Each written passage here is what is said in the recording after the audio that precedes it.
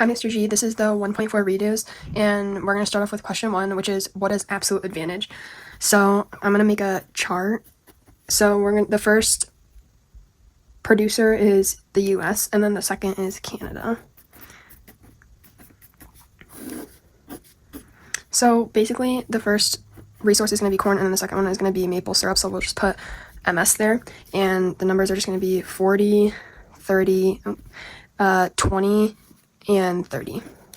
So absolute advantage is the producer that can produce the most output or has the least amount of inputs. So the US would have the absolute advantage, right, AA, in corn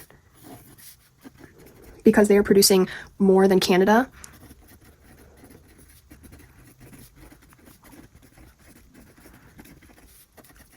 More than Canada. So that's why, because they're producing 40 and Canada's only producing 30. But in the maple syrup, Canada would have the absolute advantage.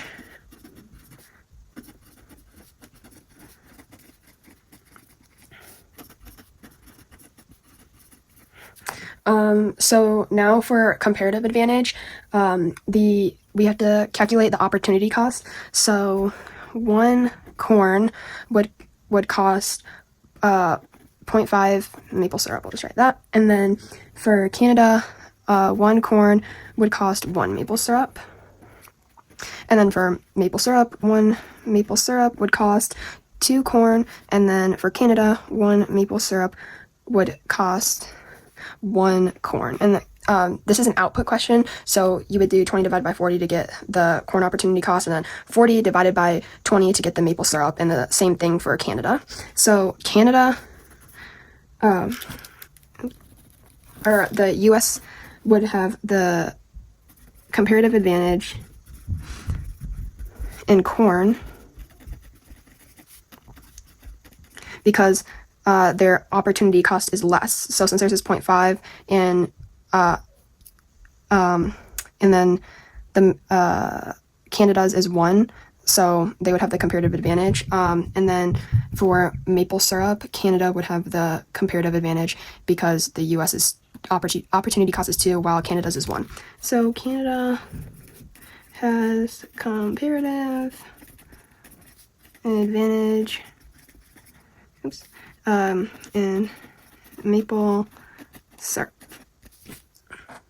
So this is question 3, and it says, if they bake only cakes, then in a single day, Brett can bake 10 cakes while the Joe can bake 5 cakes. If they only make pies, then in a single day, Brett can bake 15 cakes while the Joe can bake 4 cakes.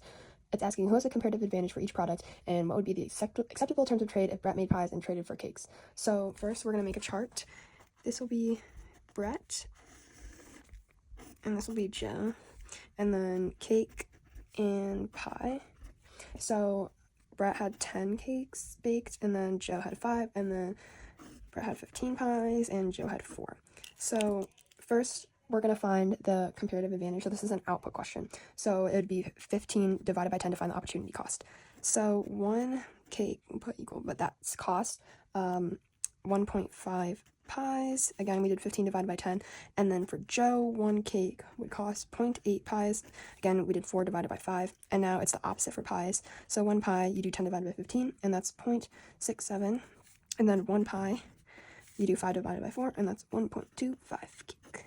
Okay, so now for the comparative advantage. So Joe would have the comparative advantage in cake, because his opportunity cost is 0.8, while Brett's is 1.5. And then Brett would have the comparative advantage in pie because his is 0.67, while Joe's is 1.25. And now for terms of trade. So we have to find a number in between 1.5 and 0.8 because it's asking what would be acceptable terms of trade if Brett made pies and traded for cakes. So we can find a number in between here. So 1 would be okay for that. So 1 cake and 1 pie would benefit both Brett and Joe.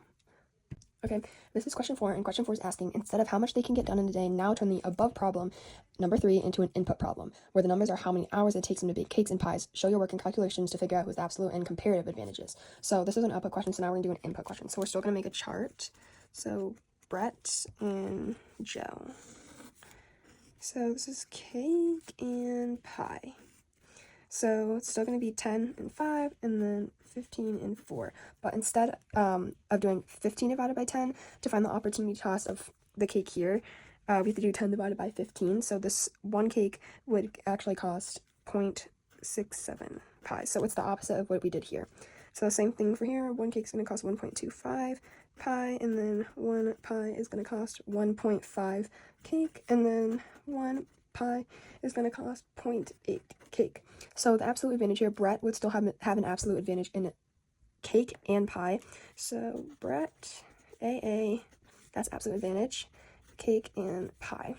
Now for comparative advantage, Brett would have the comparative advantage in cake because his is 0.67, while his opportunity cost is 0.67, while Joe's is 1.25. So Brett is cake, and then of course Joe would it has the opportunity cost in pies because it's 0.8, while Brett's is 1.5. So his opportunity cost is lower, so pi.